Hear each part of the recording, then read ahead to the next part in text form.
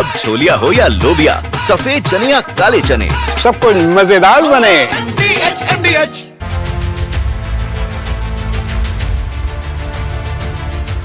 नमस्कार, बहुत स्वागत है आपका। आप देख रहे हैं राष्ट्र सर्वोपरि और मैं हूं आपके साथ मृदुल शर्मा। लेकिन आज आपको राष्ट्र सर्वोपरि देखना चाहिए, क्योंकि आज जो मैं सवाल पूछूंगा, जो खबर मैं आपको दिखाऊंगा, वो आपसे जुड़ी हुई है। आज मैं बात कर रहा हूं अहमदाबाद में हुए प्लेन क्रैश की। अहमदाबाद में जब हादसा हुआ, उसके बाद से जब भी आप हवाई यात्रा करते हैं तो मन में कई सारे सवाल आते हैं। और आपको मैं ये भी बता दूं कि उस हादसे के बाद से मैंने भी कई सारी हवाई यात्राएं की हैं। हादसे के तुरंत बाद मैं गुजरात भी गया, एयर इंडिया की फ्लाइट से ही गया। और आपको यह जानकर आश्चर्य होगा, मैंने जब आपने आसपास लोगों को देखा तो वो थोड़े से मुझे असहज लगे। आपको बता रहा हूं, यह वाकई में स्थिति है। लेकिन उनके दिमाग में क्या चल रहा है? आखिर उनके दिमाग में क्या चल रहा है, सोचा है कभी? मैं बताता हूं। उनके दिमाग में खटक रहा है, अहमदाबाद का हादसा हुआ तो हुआ कैसे, क्या हुआ था? और मैं ये दावा कर रहा हूं, बार बार मैं आपसे कह रहा हूं, इसलिए कर रहा हूं क्योंकि उस हादसे के बाद मैंने भी ये कई बार सोचा है कि भाई हादसा हुआ तो हुआ कैसे। और आज रिपोर्ट आ गई है हादसे की। उसने मेरे सवालों की गुत्थी को और ज्यादा उलझा दिया है। थोड़ी देर के लिए रुक जाइए आप, बहुत इंपॉर्टेंट बात कह रहा हूं मैं। क्योंकि रिपोर्ट में जो बातें लिखी गई हैं, उसने मामले को और ज्यादा उलझा दिया है। पहले तो आपको यह बताता हूं कि ना तो उस प्लेन से पक्षी टकराया, ना कोई तकनीकी दिक्कत आई।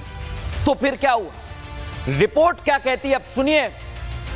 जिस फ्यूल से प्लेन उड़ता है, जिससे इंजन चलता है, जिस फ्यूल से पावर जनरेट होती है, वो फ्यूल जहां से जाता है वही स्विच ऑफ था। तो स्विच ऑफ किसने किया? आप सोचिए जरा थोड़ी देर के लिए, यह कैसे संभव हो सकता है कि वहां तक फ्यूल ही ना पहुंचे? आप थोड़ी देर के लिए सोचिए, आपकी गाड़ी में तेल नहीं जा रहा है तो गाड़ी चलेगी कैसे? और ऐसा नहीं था कि कोई कमी थी, आम भाषा में कहूं तो टंकी फुल थी, यानी प्लेन लबालब फ्यूल से भरा हुआ था। तो फिर सवाल ये कि फ्यूल स्विच किसने बंद किया, कैसे बंद हुआ? और इन सवालों का जवाब मुझे कौन देगा?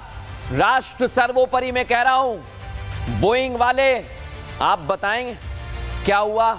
आप तो बड़ी बड़ी बातें करते हैं, प्लेन तो सेफ है, सबसे ज्यादा सेफ है, तो फिर ये कैसे हुआ बताइए आप मुझे, बताइए आज देश की जनता को बताएं। एयर इंडिया वाले, आपने तो सब चेक किया था एकदम टिप टॉप, लेकिन क्या हुआ?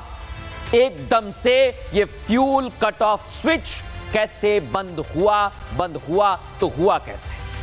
और डीजीसीए से लेकर हर उस शख्स को बताना पड़ेगा, क्योंकि आज 270 लोगों की जान चली गई।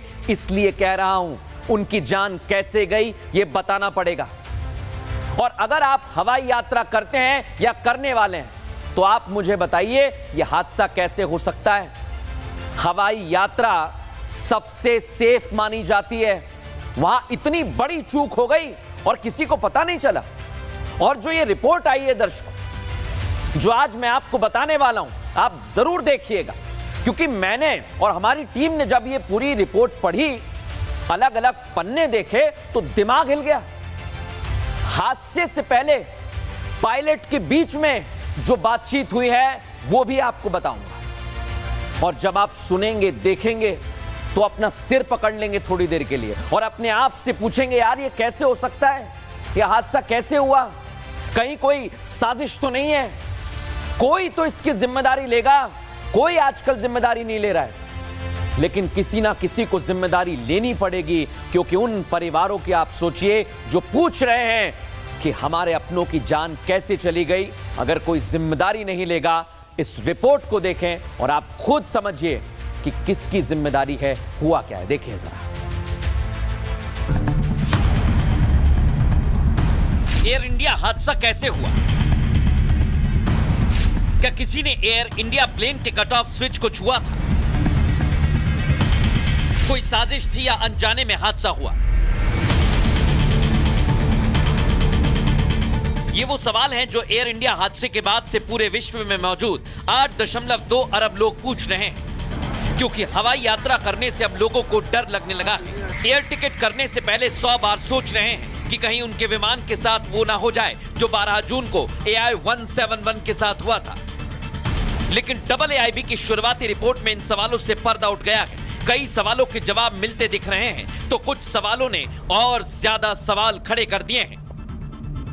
AAIB की 15 पन्नों की रिपोर्ट में एयर इंडिया हादसे का पूरा सच समाया हुआ है। इन 15 पन्नों में वो सारी जानकारी छिपी है जो पूरी दुनिया अपनी अगली हवाई यात्रा करने से पहले जानना चाहती है। और इन्हीं 15 पन्नों की रिपोर्ट में सबसे ज्यादा अहम है पेज नंबर 14।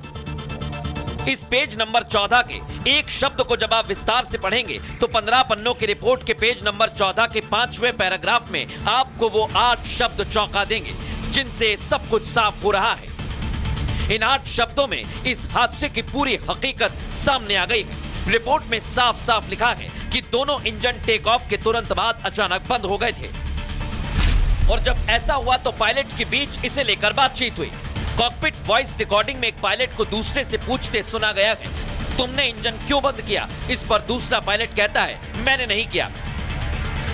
रिपोर्ट में लिखे इन शब्दों को आप एक बार फिर पढ़िए। पायलट ने सहयोगी से 4 शब्दों में पूछा, Why did he cut off?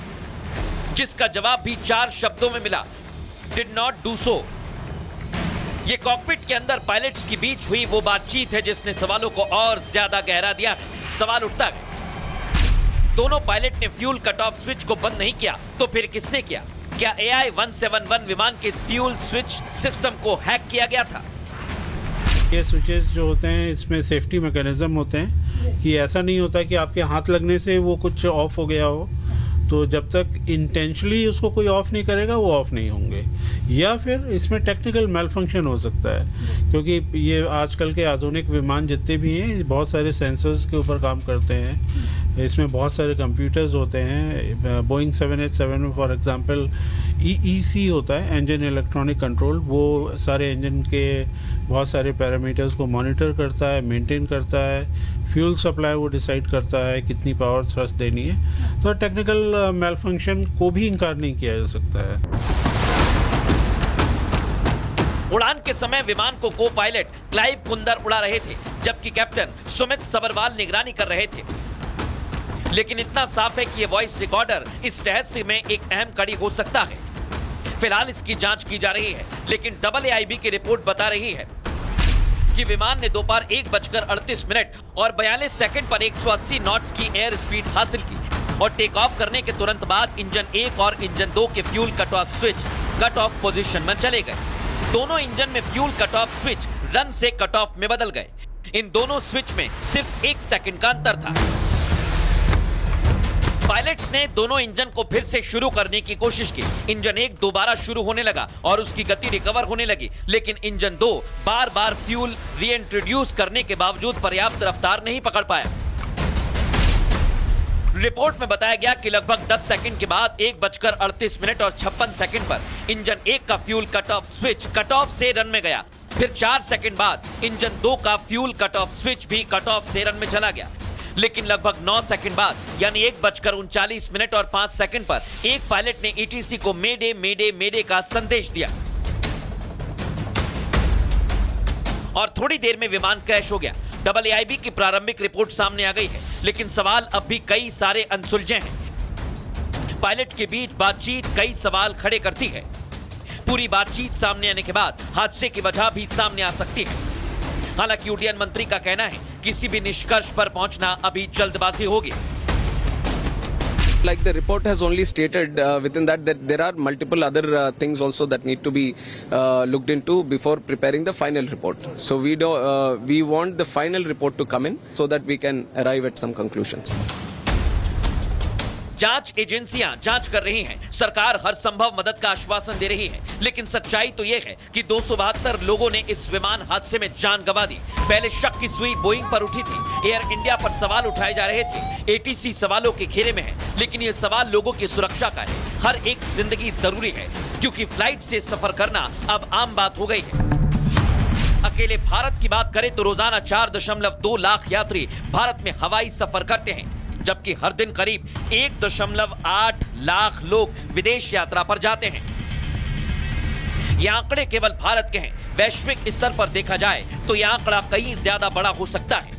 सवाल करोड़ों जिंदगियों की सुरक्षा का है, इसलिए केवल देश ही नहीं पूरी दुनिया सवाल पूछ रही है कि फ्यूल कट ऑफ स्विच किसने बंद किया और क्या कभी हादसे के जिम्मेदार उजागर होंगे। यही तो मैं पूछ रहा हूं और यही तो आज सारा देश पूछ रहा है कि जब दोनों पायलट ने नहीं किया तो किसने किया। और इस मामले की जांच होनी चाहिए, क्योंकि आपकी और हमारी सुरक्षा का सवाल है। बहरहाल खबरों में आगे बढ़ेंगे और आज मध्य प्रदेश के एक सांसद हैं जिनका फोटो मैं आपको दिखा रहा हूं। ये 7वें आसमान पर पहुंच गए हैं और इन्हें नीचे उतारने के लिए आज कुछ कहना चाहता हूं। सुनिए जरा।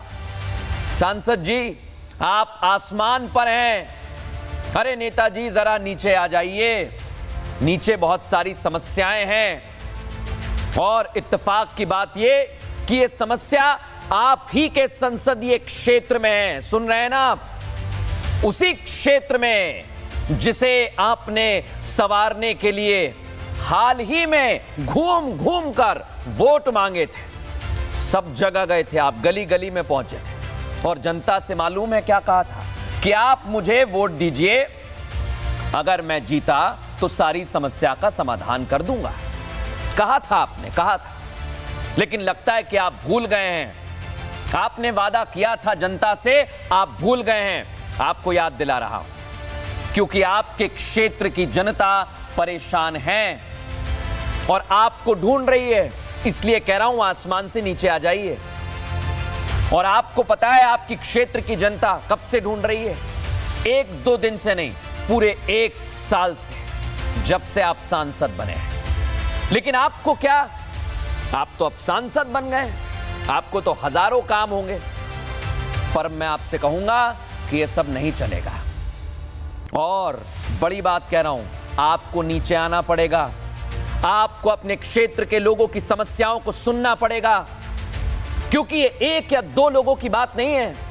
अरे कई गांव इस समस्या से जूझ रहे हैं, लेकिन आप आसमान में तैर रहे हैं।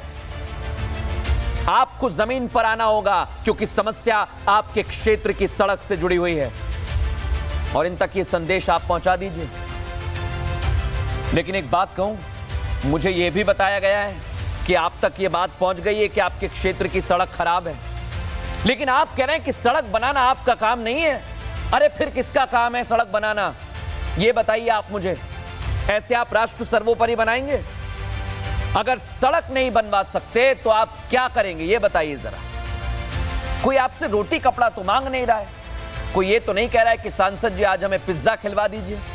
कोई ये तो नहीं कह रहा है कि सांसद जी आज हमें बर्गर खिलवा दीजिए। अरे आपसे कह रहे हैं कि क्षेत्र की सड़क बनवा दीजिए, ये तो जायज मांग है ना। फिर आप क्यों नहीं कर रहे हैं?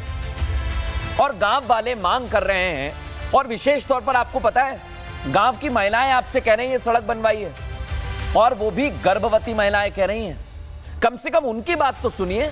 लेकिन नहीं, आप तो आसमान में तैर रहे हैं। लेकिन मैं कह रहा हूं कि आपको नीचे आना पड़ेगा। और अगर आप नहीं सुन पा रहे हैं समस्या, तो आप संवेदनहीन हैं।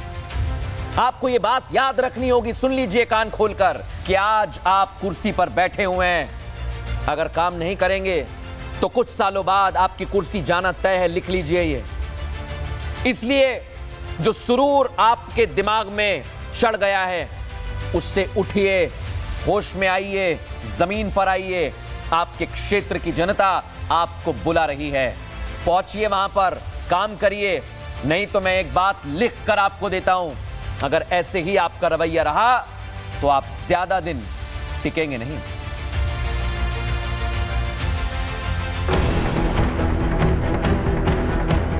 ओ सांसद जी, अपना जब हिम्मत नहीं रही है ये रोड का बनवा ले कहीं, तो अपना झूठ के हमसे वादा काहे की हैं? हम अपना का बता दे चाहते कि हम गर्भावस्था में 9वां महीना चढ़ रहा है माँ, और ये हमारे गांव के यहीं इन्हों की भाई हालत है, हमारा और इनका सेम हालत है। तो चाहे अपना एमा मुर्मीकरण कराई बहन, और चाहे तो राखा डरवाई और तुरंत करवाई, काहे से कि अब कौनो टाइम पर रात बिरात दिन अगर आधी रात में काम पड़ गया तो कत्ती समय मुझे काम पड़ गया तो हम मुझे का करा, और उनके एम्बुलेंस ना आई जाता और कुछ भी हो गया देखा जिम्मेदारी होती सालगी जिम्मेदार अपना हो, हम बता दे थे।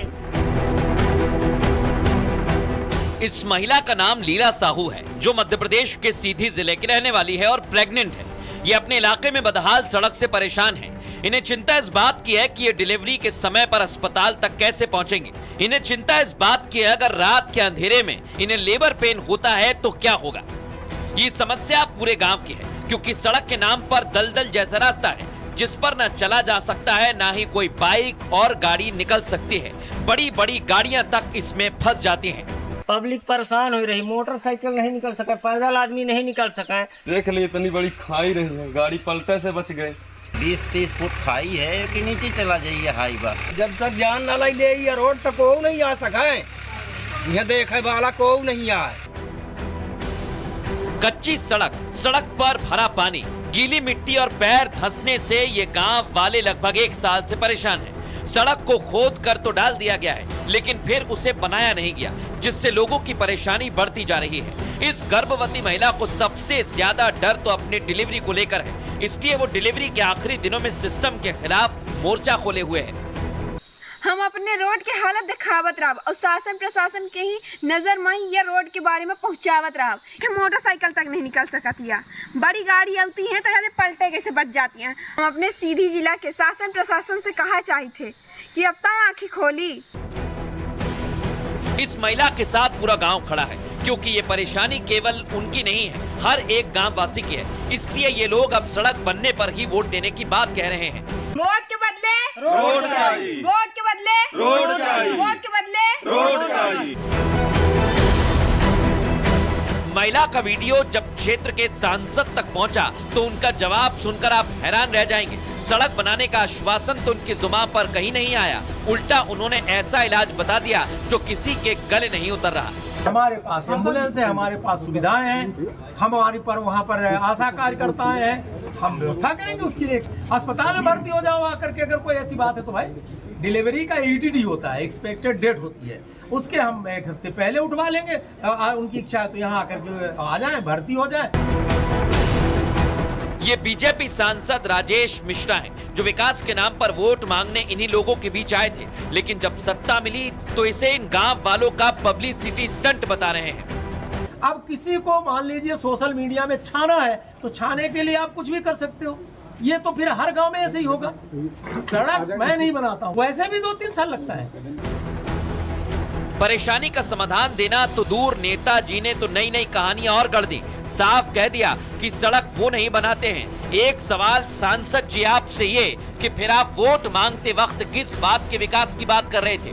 सड़क बनाते नहीं हैं तो सड़क इंजीनियर से बोलकर बनवा तो सकते हैं, इतना पावर तो रखते ही होंगे आप। क्यों?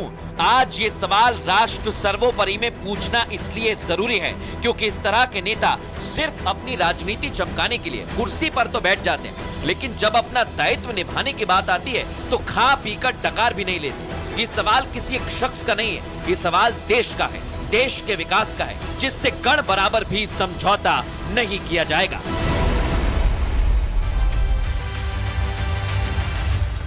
राष्ट्र सर्वोपरि में ऐसी ही खबरें मैं आपको दिखाता हूं, क्योंकि हो सकता है कल आपको इस तरह की समस्या से 2-4 होना पड़ गया तो कौन आपकी आवाज उठाएगा। आप चिंता मत करिए, हम हैं।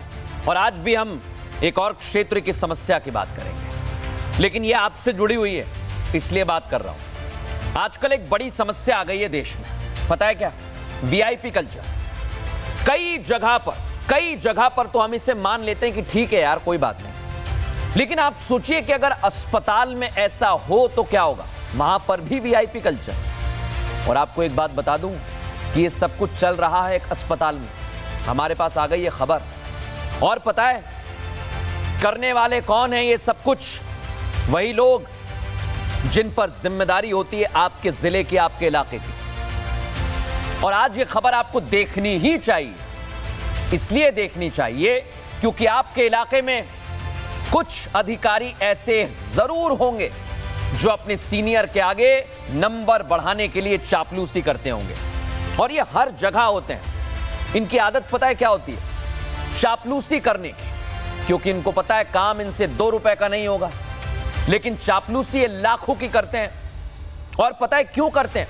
सिर्फ और सिर्फ इसलिए करते हैं कि बड़ा अधिकारी खुश हो जाएगा तो प्रमोशन दे देगा, कोई दिक्कत नहीं आएगी, जैसा काम चल रहा है वैसा चलता रहेगा, नौकरी अच्छी खासी चलती रहेगी, इसलिए ये चापलूसी करते हैं। अब आपको एक और बात बताता हूं कि ये चापलूसी करने वाले भी कोई छोटे मोटे आदमी नहीं है। ये हैं चीफ मेडिकल ऑफिसर, CMO। और जिस पर पता है आपको क्या जिम्मेदारी होती है CMO पर? ये इलाके में स्वास्थ्य सुविधा देखते हैं, ठीक है कि नहीं है। लेकिन आप सोचिए कि इन्हें उस आम आदमी से मतलब नहीं है जो इनके क्षेत्र का है। जहां आम आदमी, गरीब आदमी परेशान हो रहा है, ये गरीब समझकर उसे दरकिनार कर रहे हैं। सोचिए जरा, कई इलाकों में डॉक्टर नहीं है लेकिन इन्हें कोई मतलब नहीं है, ये लगे हैं चापलूसी में। हर जगह पर सुविधा होती है, कुछ जगह पर होती है, कुछ लोगों को फर्क नहीं पड़ता है। लेकिन आपको बताऊं, एक गांव में VIP लोगों के लिए सारी सुविधाएं, गरीब लोगों के लिए नहीं है। ये कैसे हो सकता है?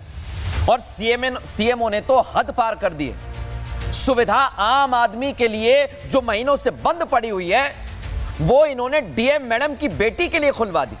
हमें उससे कोई तकलीफ नहीं है, लेकिन आम आदमी आज भी खड़ा हुआ है। सिर्फ इन्होंने DM मैडम की बेटी के लिए वो सुविधा खुलवाई नहीं, स्वयं पहुंच गए वहां इलाज करने के लिए। आप सोचिए जरा। इसलिए मैं कह रहा हूं, ये VIP कल्चर के साथ साथ चापलूसी भी कर रहे हैं अपने नंबर बढ़ाने के लिए। क्योंकि कार्रवाई करने वाले कौन होते हैं? DM होते हैं। जब DM ही इसमें शामिल है तो आम आदमी कहां जाएगा? अगर आपके इलाके में भी ऐसी समस्या है तो मैं कह रहा हूं, फिर से हमें बताइए, क्योंकि ऐसे लोगों का असली चेहरा देश के सामने आना चाहिए। जो गरीब आदमी के लिए काम नहीं कर रहा, उसका चेहरा राष्ट्र सर्वोपरि में दिखाएंगे, तब जाकर इन्हें समझ में आएगा। देखिए जरा इन्हें आप।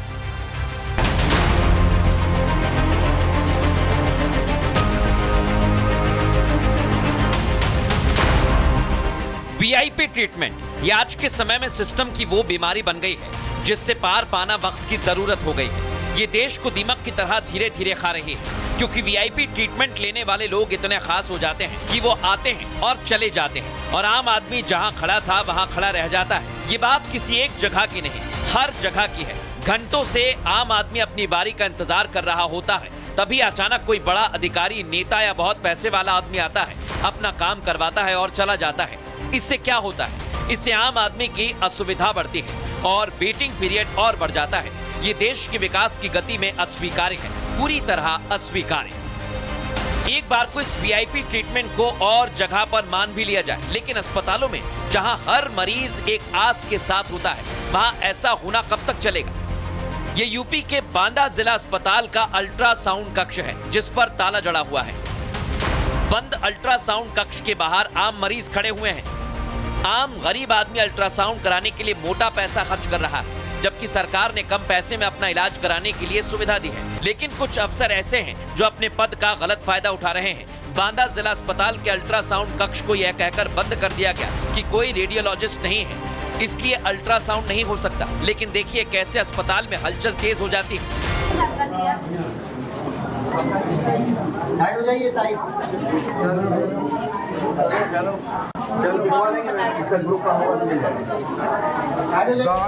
ये है बांदा की DM मैडम जेरीबा का काफिला अचानक जिला अस्पताल में आकर रुकता है। DM साहिबा अपनी बेटी का अल्ट्रासाउंड कराने के लिए जिला अस्पताल पहुंचती है। मैडम डीएम के पहुंचते ही सीएमएस डॉक्टर के कुमार खुद अल्ट्रासाउंड करने पहुंच जाते हैं और वहीं बाल रोग विशेषज्ञ डॉक्टर आर के गुप्ता को भी बुला लिया जाता है और ये सब उसी अल्ट्रासाउंड कक्ष में जाते हैं जो कई हफ्तों से ये कहकर बंद किया गया था कि रेडियोलॉजिस्ट नहीं है। डीएम बांदा आती है, उनकी बीमार बेटी का यहाँ अल्ट्रासाउंड भी होता है और वो कुछ देर में यहाँ से निकल जाती है। लेकिन फिर क्या, फिर वही होता है जो हफ्तों से चला आ रहा था। अल्ट्रासाउंड कक्ष में लग जाता है बड़ा सा ताला।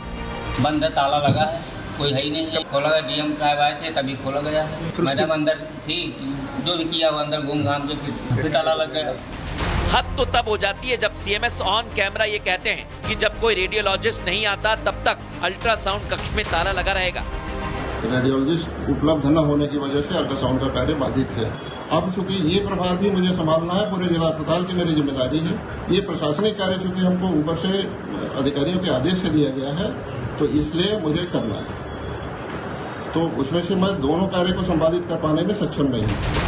सीएमएस का ये बयान ये बताता है कि ये अहमियत तो सिर्फ वीवीआईपीज़ के लिए रह गई है, आम आदमी की जिंदगी में कुछ भी कीमती नहीं रह गया है। तभी तो इस तरह के बयान दिए जा रहे हैं। ऐसे ही गरीब जनता परेशान हो रही है, लेकिन सिस्टम को ये समझना होगा कि जनता से ही देश है। अगर राष्ट्र को सर्वोपरि रखना है तो इस तरह के रवैये से ऊपर उठना होगा, क्योंकि सरकार चुनने वाली जनता है। अगर जनता को सुविधा मिलेगी तभी देश का विकास होगा।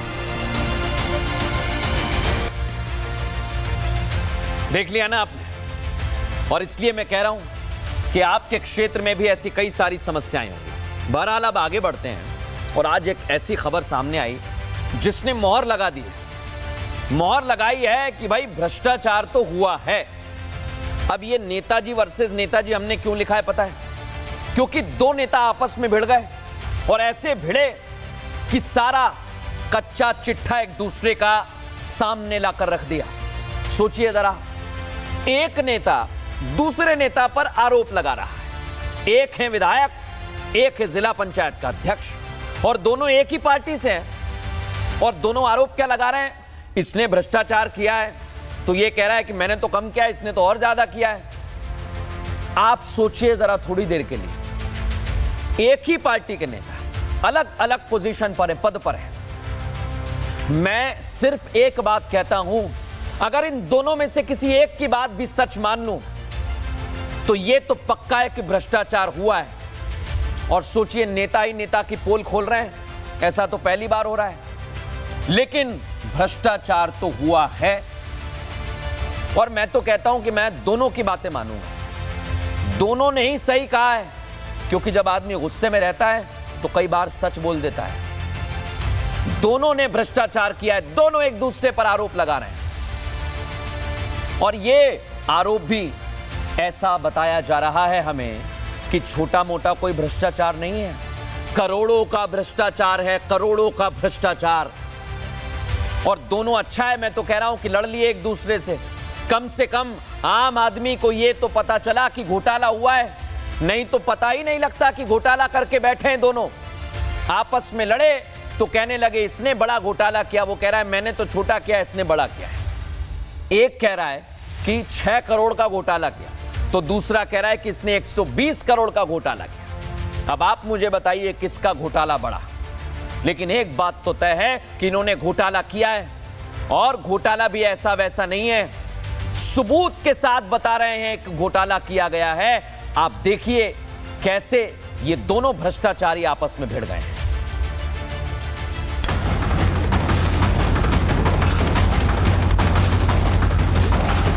देश को चलाने वाले ही अगर भ्रष्टाचारी हो जाएं तो क्या होगा? देश को चलाने वाले नेता एक दूसरे पर भ्रष्टाचार का आरोप लगाएं तो क्या होगा? कुछ ऐसा ही हो रहा है यूपी के बांदा में, जहां बांदा सदर विधायक प्रकाश द्विवेदी और जिला पंचायत अध्यक्ष सुनील पटेल के बीच में ठन गई। खुद पर सवाल उठा तो दोनों एक दूसरे के कट्टर दुश्मन बनकर खड़े हो गए और एक दूसरे पर पैसों की हेराफेरी के आरोप लगाने लगे।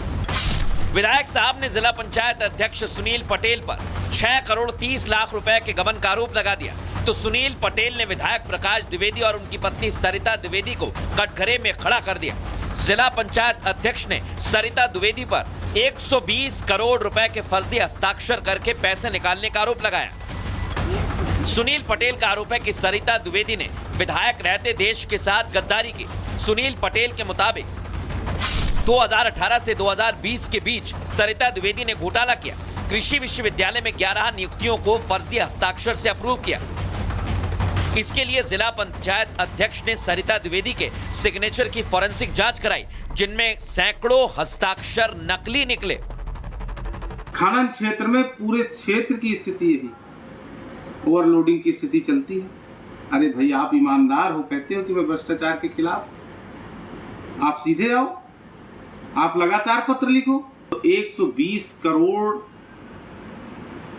के निर्माण कार्यों में, नियुक्तियों में अगर आपने सिग्नेचर किए, उसकी जांच हुई है, उसके बाद मैंने कोतवाली प्रभारी को तहरीर दी है साक्ष्यों सहित, मेरी अभी तक FIR नहीं लिखी गई। सुनील पटेल के आरोपों को विधायक प्रकाश द्विवेदी ने पूरी तरह से फर्जी करार दिया और 6 करोड़ 30 लाख के घोटाले में जिला पंचायत अध्यक्ष को ही दोषी बता दिया। विधायक ने बताया कि 6 करोड़ 30 लाख रुपए के घोटाले में सुनील पटेल आरोपी पाए गए, तो वो बौखला गए हैं और उन पर अनर्गल आरोप लगा रहे हैं, जबकि इसकी जांच जिला कलेक्टर महोबा ने की थी। 2 चीजें हैं, एक तो हमने फर्जी दस्तखत किसके किए हैं, और 120 करोड़ रुपए का घोटाला अगर हुआ है तो उन्हें लिख करके देना चाहिए कि इन चीजों का घोटाला हुआ है। डेवलपमेंट का काम है, उन्हें बता देना चाहिए, वो ले आवा, मैं लिख दूंगा शासन को कि इसकी जांच करा ली जाए। अगर उन्हें शर्म आती हो तो हम लिख देंगे। घोटाला किसी ने भी किया हो, लेकिन घोटाला तो हुआ है। सवाल ये भी है कि ऐसे कितने और भ्रष्टाचारी नेता हैं। सवाल ये भी है कि दोनों ही प्रतिष्ठित पद पर तैनात हैं। इन्हें जनता की सेवा के लिए, देश के हित के लिए चुना है, लेकिन ये नेता ही सबसे बड़े भ्रष्टाचारी बन गए हैं। कुछ नेताओं ने देश से ज्यादा निजी हित को आगे रखा है। इसे समझना होगा। देश आगे बढ़ेगा तो हम खुद बढ़ेंगे, और अगर नेता ही ऐसा काम करेंगे तो जनता में क्या संदेश जाएगा। राष्ट्र सर्वोपरि की भावना को जगाना जरूरी है, क्योंकि सवाल देश का है। नेताओं को लड़ते हुए आपने कई बार देखा होगा, लेकिन जब नेता लड़े तो काम की बात भी हमारे सामने आ जा गई कि भ्रष्टाचार तो हुआ है, घोटाला हुआ है। लेकिन ऐसे कई सारे नेता हैं जो घोटाला करके बैठे हुए हैं, उन्हें सामने लाना होगा। उनके बारे में अगर आप हमें कुछ बताना चाहते हैं तो बताइए, क्योंकि राष्ट्र सर्वोपरि में हम रोज आपके हित की खबरें उठाते हैं। बहरहाल, आज एक और जानकारी मैं आपके सामने रखना चाहता हूं, और मैं आपको बता दूं, हमने एक राष्ट्रवादी समूह बनाया है और हम चाहते हैं इस राष्ट्रवादी समूह का हिस्सा आप बनिए। इसका हिस्सा आप बनिए और हमें मेल करिए, हमारे व्हाट्सएप नंबर पर संपर्क करिए। और एक जानकारी और दे दूं, 18 तारीख 19 तारीख को एक बड़ा कार्यक्रम रिपब्लिक मीडिया नेटवर्क करने जा रहा है, जिसमें राष्ट्रवादी समूह में जो लोग आना चाहते हैं वो आ सकते हैं। उन्हें मौका मिलेगा अर्नब गोस्वामी से मिलने का।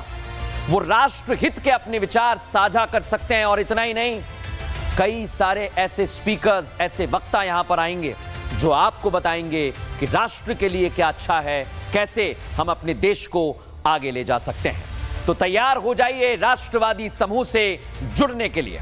बहरहाल, वक्त हो गया है एक छोटे से ब्रेक का, लेकिन ब्रेक के बाद भी तमाम बड़ी और अहम खबरें जारी रहेंगी। नमस्कार।